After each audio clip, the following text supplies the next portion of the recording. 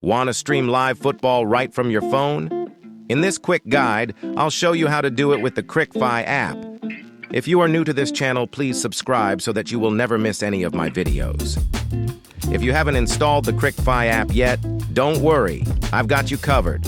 Check out my previous video where I walk you through the entire installation process step by step.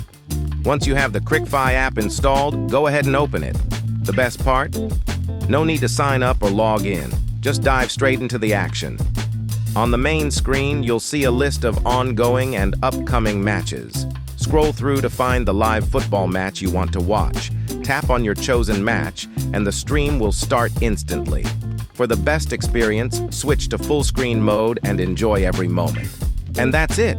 You're now streaming live football on CricFy. Sit back, relax, and enjoy the game. Found this guide helpful? Give us a like and subscribe for more easy tutorials. Happy streaming!